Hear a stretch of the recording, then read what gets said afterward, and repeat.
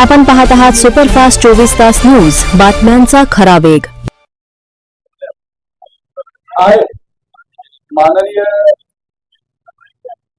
एक माहिती या संबंधीचं मी आपल्याला काय करतो माझ्या मोबाईलमध्ये आहे.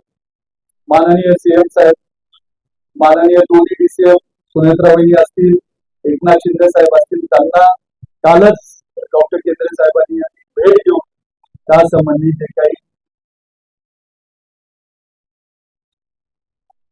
कारवाईचे पत्र आहे ते त्या ठिकाणी त्यांना दिलेल्या कालच माननीय एकनाथ शिंदे साहेबांची भेट घेऊन त्या संबंधीच्या तक्रारी दिलेल्या.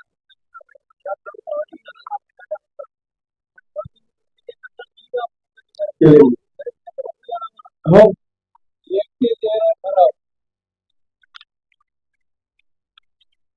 एक एक उद्या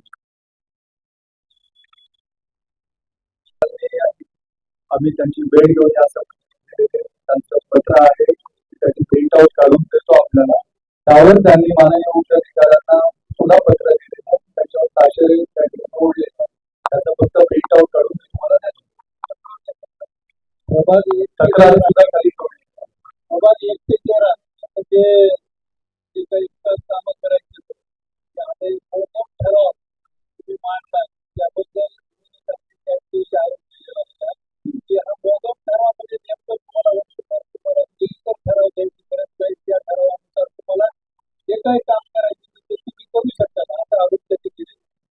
विषय कसा आहे, त्यांनी त्या दिवशी प्रश्न उपस्थित केला, त्यांनीच एक प्रस्ताव काय पाठवला दाखवतो.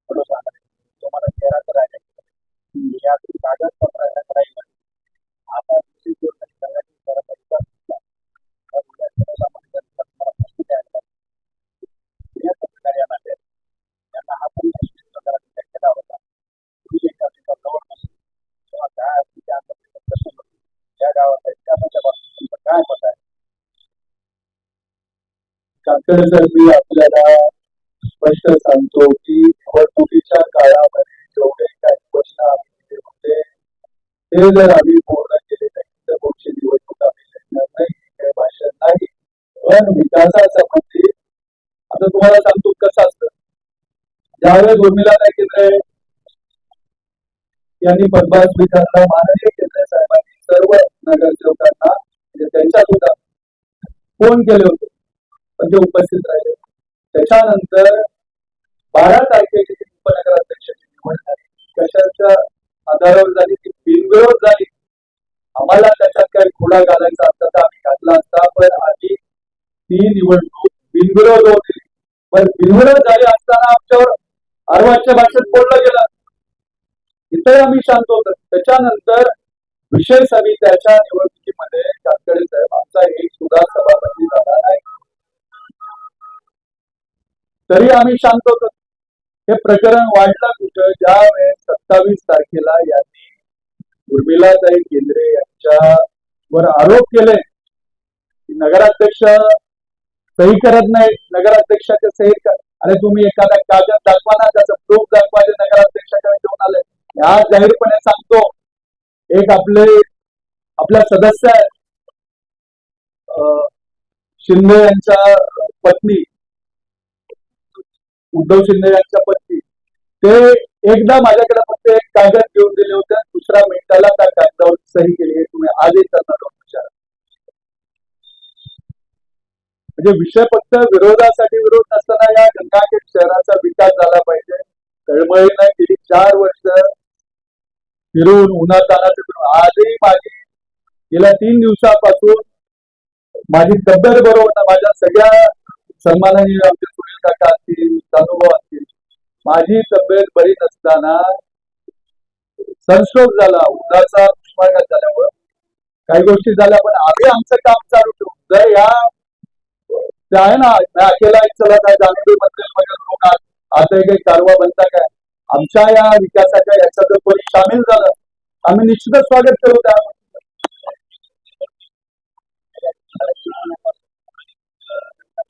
5 महिन्यापासून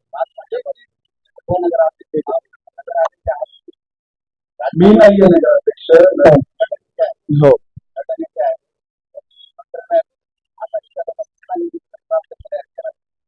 तुम्हाला खरं सांगतो, या 5 महिन्यामध्ये अशा काही घडल्या गेल्या की आपण निवडून आल्याला जिल्हा परिषदेची निवडणूक लागली, महापालिकेची लागली, आता MLCची निवडणूक आहे. म्हणजे या 5 महिन्यात 3 निवडणुका लागलेल्या. कोणी मंत्रालयात भेटायला गेलं तर त्याच्या मतदारसंघामध्ये, त्याच्यानंतर अजितदादांचं दुर्दैवी निधन झालंय, अशाही काही गोष्टी आहेत. तर ठोस असं कुठलंच झालं नाही. मी जाहीरपणे सांगतो, पण एकदा ही विधान परिषदेची निवडणूक पार पडल्यानंतर कालच माननीय एकनाथ शिंदे साहेबांसोबत माझं बोलणं झालं.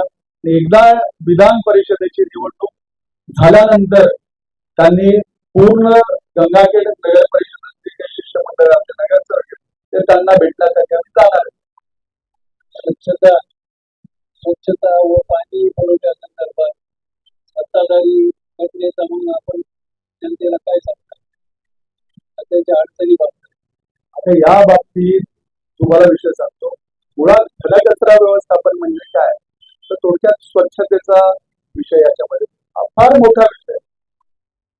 आता स्वच्छता कर्मचारी गंगाखेड नगर परिषदेमध्ये एक 35 ते 40, त्याच्यातले 5-10 कोणाची तब्येत बरी नसते, कोणी कोणाचा प्रतिनिधी पाठवतात, अशा. तर केवळ 25 माणसावर पूर्ण शहर साफ होऊ शकत नाही. रस्ते साफ कोण करणार, नाल्या कोण काढणार, घंटागाड्या कशा येणार, जर आलेला कचरा आपल्याला व्यवस्थित त्या ठिकाणी तो डंप करायचा असेल तो कसं करणार, त्यासाठी घनकचरा व्यवस्थापन हे केलं अतिशय महत्वाचं आहे. आणि माननीय जिल्हाधिकारी साहेबांकडे आम्ही याविषयी दाद मागू. कारण एखाद्या अत्यावश्यक सेवेमध्ये काउन्सिलला जरी निर्णय घेतला असेल तर तो बदलण्याचा अधिकार त्याच्यामध्ये आहे. स्वच्छतेचा निश्चितपणे गंभीर प्रश्न आहे, पण आमचं काम त्याच्यावर चालू आहे. ज्यावेळेस ते काम चालू होईल त्यावेळेस आपण सर्वजण त्या ठिकाणी म्हणाल खरंच गंगाखेड शहरामध्ये काय स्वच्छता चालू आहे. पण असंख्य अडचणी, इतके दिवस इलिगल टेंडर लावलं गेलं, तसं BOQच लॉक केलं. अशा पद्धतीचे काम म्हणजे कुठलंही काम इलिगल पद्धतीने करायचं, रद्द केलं की कांगावर करायचं हे योग्य नाही.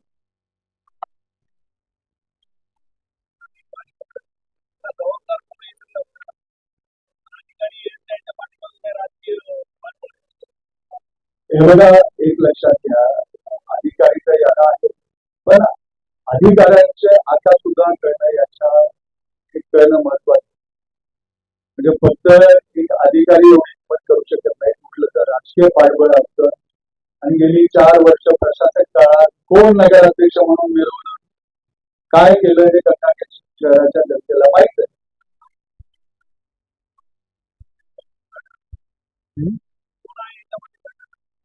त्याच्या मागे मुख्याधिकारी जयवंत सोनवणे, उपनगराध्यक्ष सत्यपाल साळवे यांचा क्लिअर कट आहे. आणि ह्याच्यामध्ये सिंहाचा वाटा त्या गंगाखेड शहराचे SDM युवराज दापकर ते सुद्धा या लुटे गँग मध्ये सामील आहेत.